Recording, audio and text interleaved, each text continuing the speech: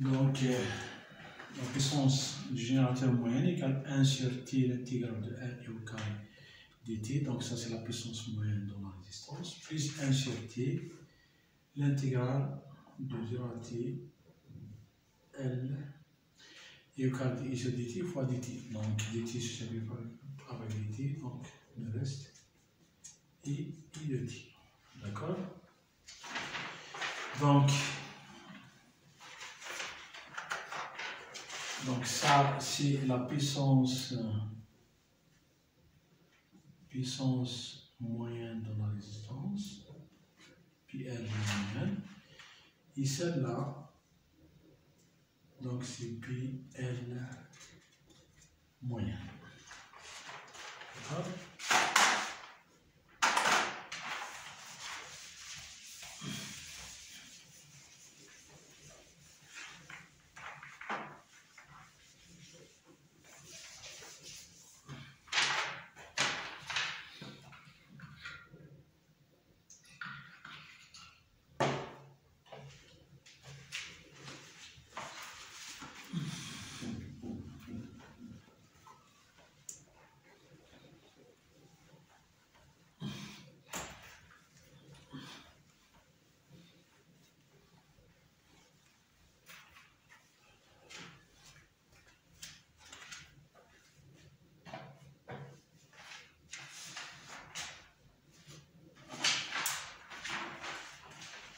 Donc,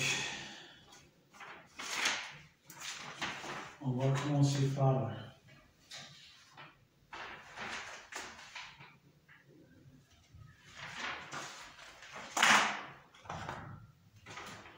donc on a B égale à B max sin oméga t. Le courant égale à E max sin oméga t moins V. D'accord? Donc, la puissance dans la résistance, la puissance moyenne égale 1 sur t de 0 à t R et au carré dt. Donc, est égal à 1 sur t, d'accord, R, l'intégrale de 0 à t, et max 6 au carré oméga t moins v dt. D'accord?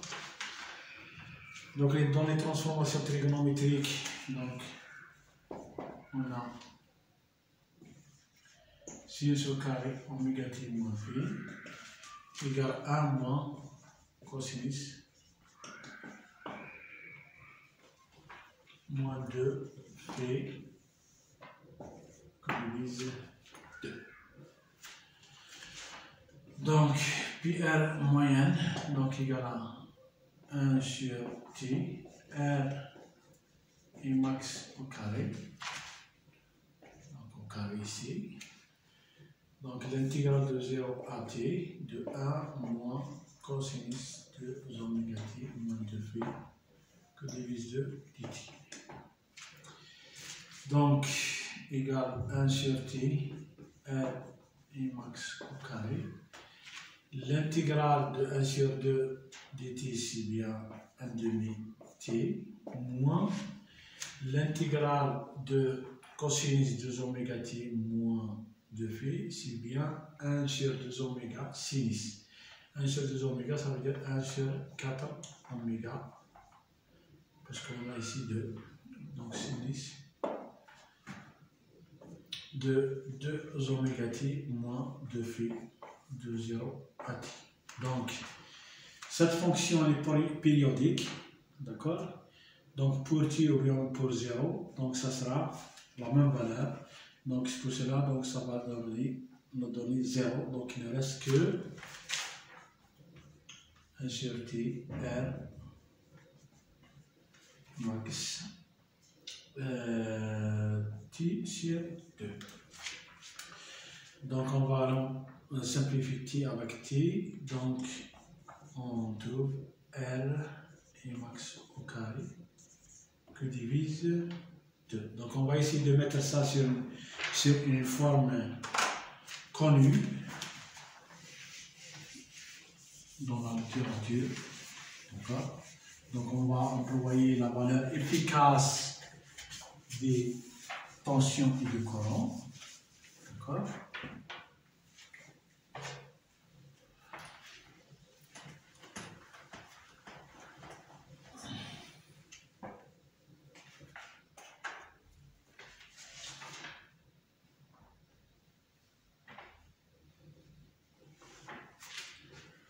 Donc, on a Vmax égale le module de Z fois Emax. D'accord? Donc, la puissance dans la résistance, la puissance active moyenne égale à R sur 2. Donc, Emax donc, égale à Vmax sur le module de Z fois Emax. D'accord? Donc, R sur le module de Z, donc c'est bien le cosinus phi. Donc, Vmax c'est bien la racine de 2, V efficace. Emax c'est bien la racine de 2 fois I efficace. Racine de 2 fois racine de 2, ça nous donne 2. 2 se separe avec 2. Donc, on a la fameuse expression de la puissance active, donc qui est égale à V efficace fois I efficace fois cosinus phi. D'accord? Donc on appelle cos phi facteur de puissance. Donc M en moyenne, l'θ.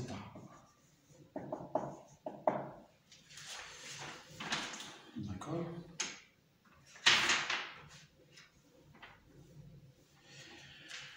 Donc on va essayer de calculer la puissance moyenne dans la bobine. Donc on a dit qui est égal à 1 sur T, l'intégrale de 0 à T, L, I, dI. Donc qui est égal à 1 sur T fois L, l'intégrale de I dI c'est bien I au carré que divise entre 0 et T. Donc la puissance moyenne dans la bobine égale à 1 sur T fois L. Le courant, voilà, ici sur 2. Le courant, c'est bien le courant sinusoïdal qui est égal à Emax. Cosinus oméga t moins phi, donc au carré, donc ici au carré. Donc kiff, c'est pareil, donc on a une fonction périodique, d'accord, entre 0 et t, donc ça nous donne la même valeur. Donc pour t moins pour 0, donc on trouve 0. D'accord? Donc, comme la puissance moyenne du générateur égale la puissance moyenne de la résistance plus la puissance moyenne de l'inductance, cette dernière égale à 0. Donc ça veut dire que la puissance moyenne du générateur, c'est bien la puissance moyenne dans la résistance. Donc, ça veut dire que le travail fourni, bien le travail effectué, d'accord, par la puissance active, d'accord, c'est bien sert à chauffer la résistance, d'accord. Et la puissance moyenne dans la bobine égale à 0. Ça veut dire que la bobine n'effectue aucun travail actif. D'accord? Lorsqu'on dit un travail actif, ça veut dire chauffer ou bien avoir un mouvement. D'accord? Que ce soit de translation ou bien rotation. D'accord? Donc, du point de vue puissance,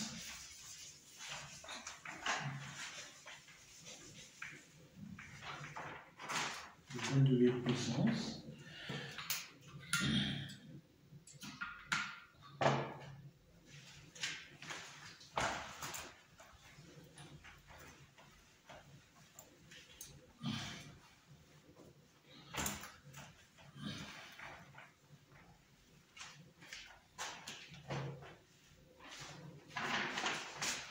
Donc, du point de vue puissance, nouvelle puissance, bien sûr active, d'accord. Le travail sera effectué par la résistance. Sera effectué par la résistance. D'accord. Mais du point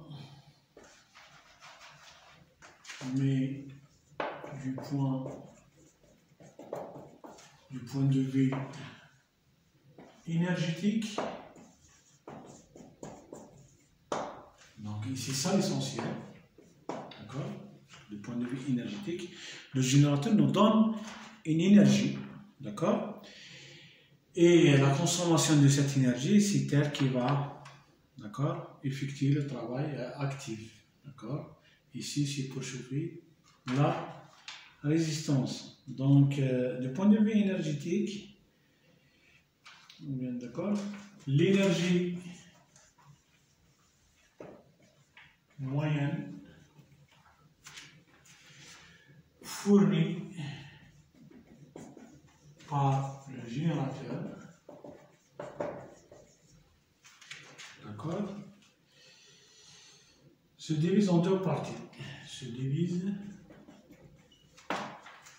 en deux parties. D'accord. Une partie, bien une première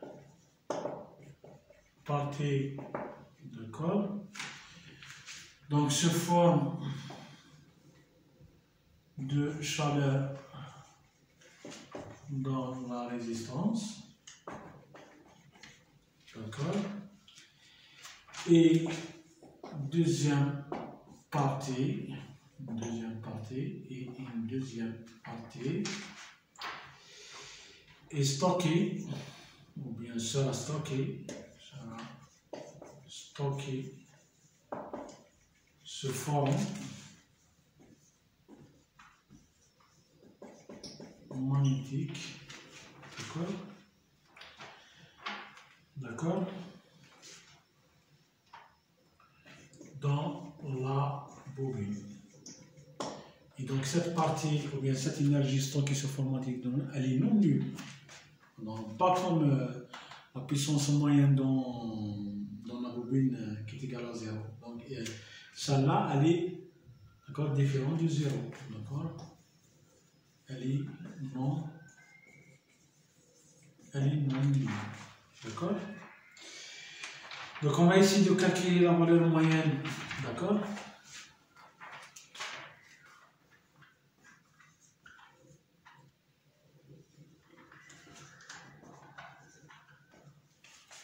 La valeur moyenne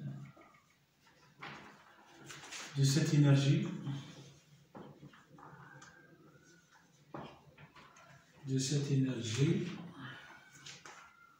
stockée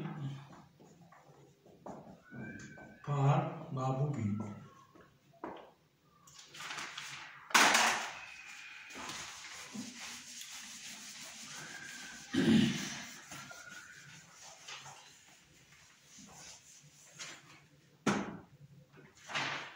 Stocké par la bobine.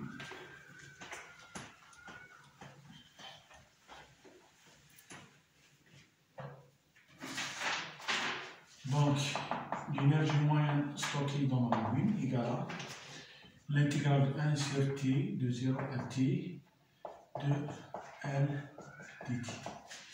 Donc, 1 sur T, l'intégrale de 0 à T. Donc, l'énergie, donc on a déjà calculé L, 1 de L au carré, dt. D'accord. Donc, l'énergie moyenne, d'accord, égale à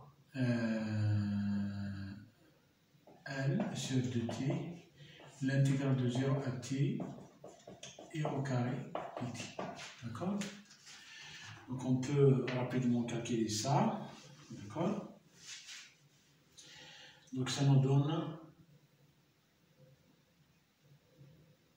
Donc celle-là, 1 sur T, d'accord, c'est bon.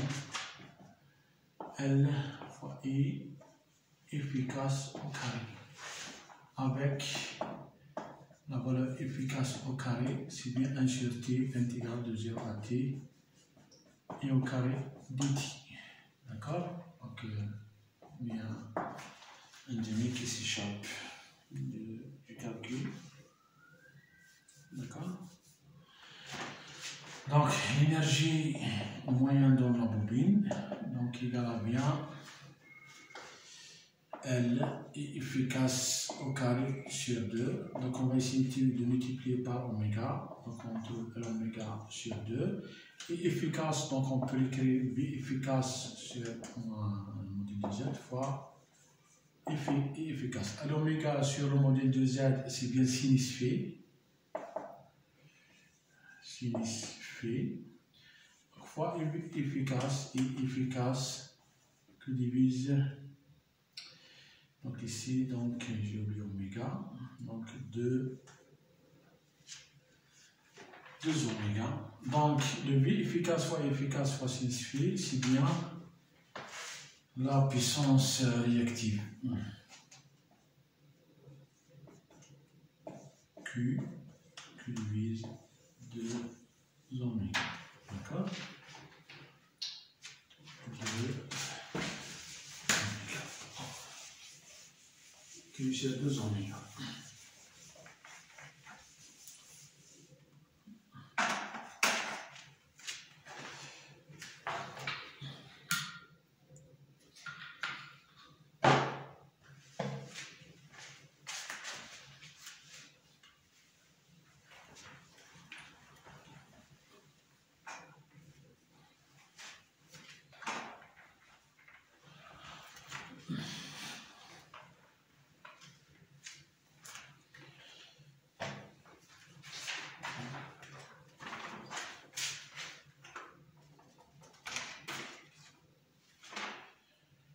Donc, avec Q égale à V efficace fois I efficace fois sinus phi. D'accord? Et ça s'appelle la puissance réactive. Donc, ارتدادية أو الانعكاسية أو الارتكاسية.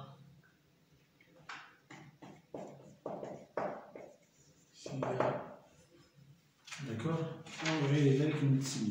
D'accord? Donc, le sens physique, le sens physique de la puissance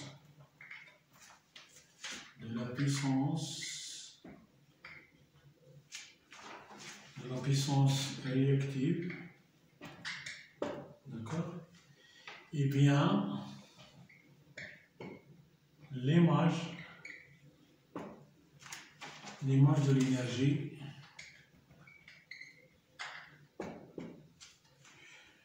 moyenne stockée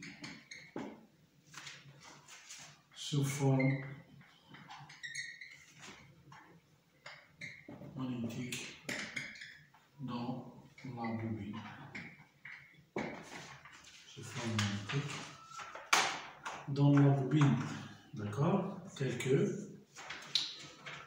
Q égale à 2 oméga fois l'énergie moyenne stockée dans la bobine. D'accord? Donc en conclusion,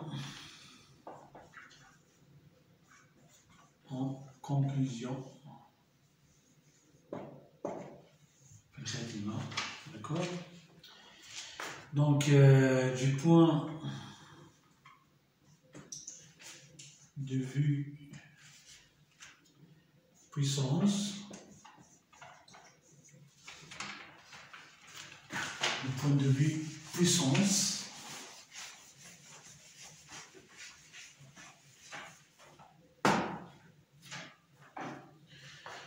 donc entre deux puissances actives et réactives.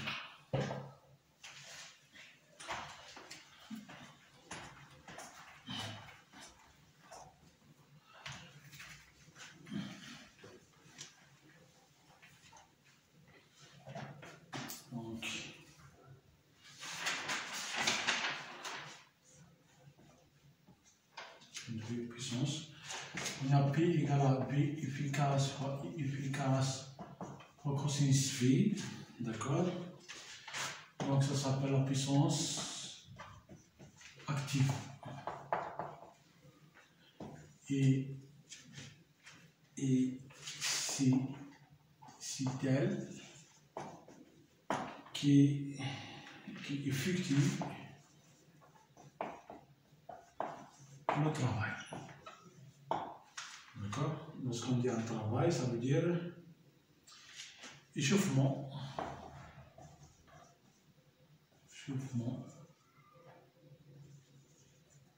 ou mouvement. D'accord? Et l'autre partie, ou bien l'autre puissance, Q, qui est V efficace fois I efficace fois sinus phi, ça s'appelle la puissance réactive. Puissance réactive. D'accord? Donc, elle est l'image, elle est sur la tête de l'asl, l'image, on t'a fait l'énergie emmagasinée moyenne, c'est l'image de l'énergie magnétique moyenne stockée dans la bobine. D'accord? Dans la bobine. Donc on a dit que cos phi, ça s'appelle facteur de puissance. D'accord? Donc du point de vue énergétique, d'accord, l'énergie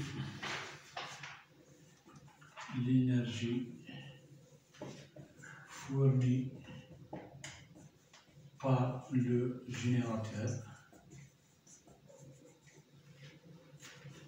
d'accord, l'énergie moyenne bien sûr fournie par le générateur, et la somme des deux, la somme de l'énergie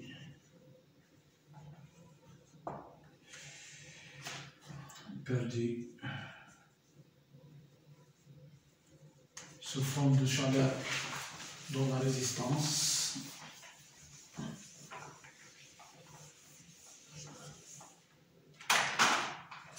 sous forme de chaleur dans la résistance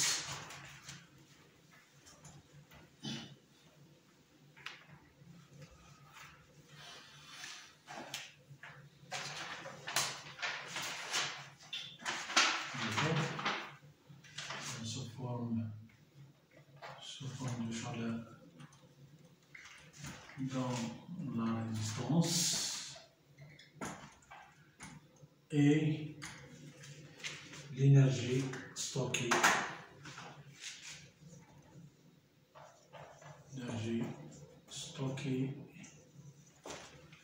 dans la bobine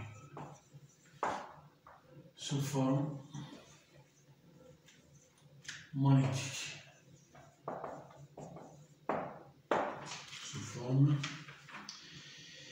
magnétique. D'accord? Donc l'énergie moyenne dans la bobine égale à la puissance moyenne, ou bien la puissance réactive que divise 2 oméga. D'accord?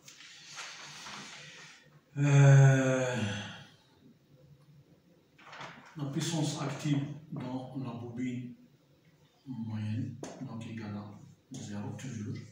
D'accord? Donc on va essayer de voir l'influence de la puissance réactive sur le réseau de transport d'énergie.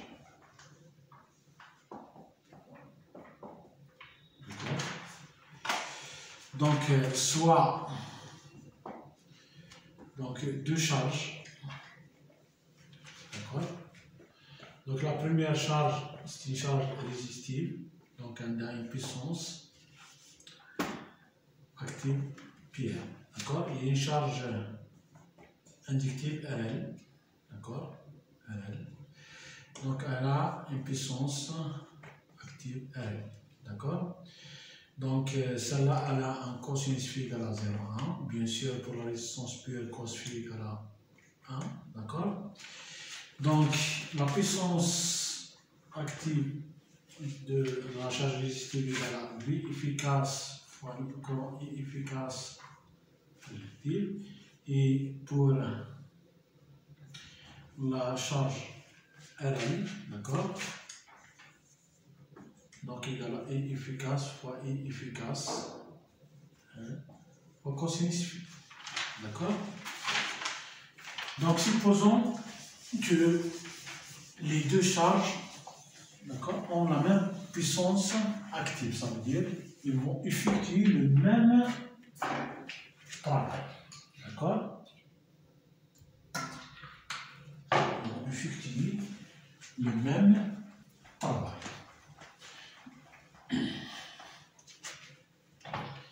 Donc, supposons que la puissance active de la résistance pure, la charge résistive pure, égale la puissance que celle de la charge inductive. D'accord. Pour le transport d'énergie se fait à la même tension. Donc, on aura que le courant efficace dans la charge résistive égale à le courant efficace de la charge inductive fois cosinus phi. D'accord. Cosinus phi égale à 0,1, ça veut dire que le courant efficace dans la charge inductive égale à I efficace dans la charge résistive qu'on divise cosinus phi. Donc, cosinus phi sera plus 0,1.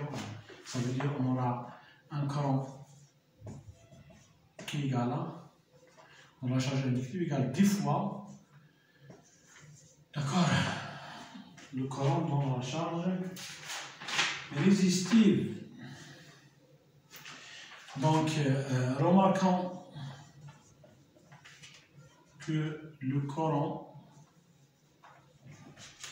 absorbé par la charge inductive est 10 fois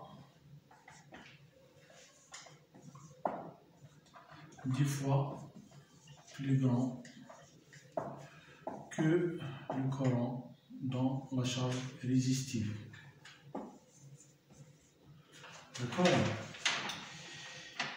Donc, ça veut dire, donc, si on alimente cette charge par charge inductive par une tension, donc le courant ici absorbé sont plus importants. Donc, la ligne de transport a une certaine impédance, d'accord. Donc, on aura une tension VL qui est inférieure à V, d'accord. Donc, à cause de l'augmentation du courant, d'accord. Donc, on est à cause du chute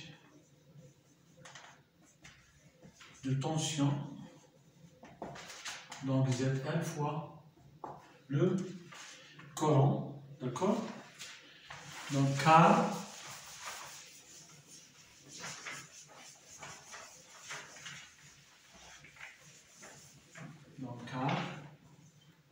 il augmente, d'accord.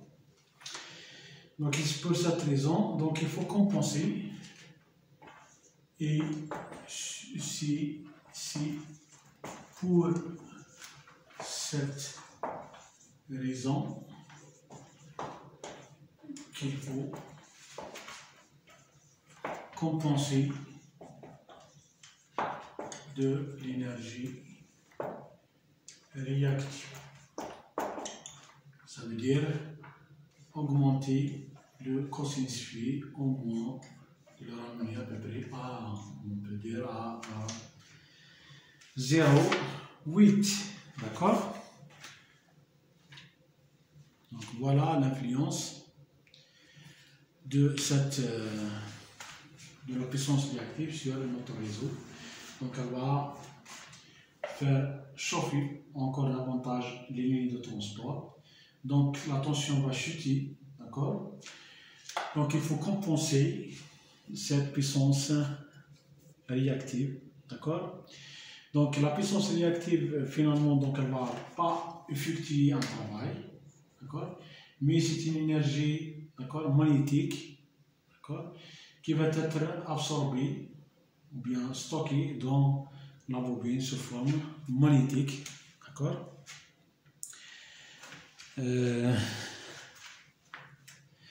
Donc, si on a par exemple cette charge inductive, par exemple un moteur, le moteur, d'accord, donc pour qu'il fournisse un travail, d'accord, qui sert à faire tourner, par exemple, le rotor de la machine ou bien du moteur, d'accord, donc on va lui donner une énergie, d'accord. Une partie de cette énergie, c'est une énergie active, donc qui va faire la rotation du moteur. Et une autre qui est une énergie, ou bien une puissance réactive, une énergie réactive, d'accord, qui sert à magnétiser le circuit magnétique. D'accord? Et cette magnétisation a pour conséquence d'avoir un appel de courant, d'accord, par la machine, d'accord, qui va chuter la tension, d'accord, du réseau, d'accord.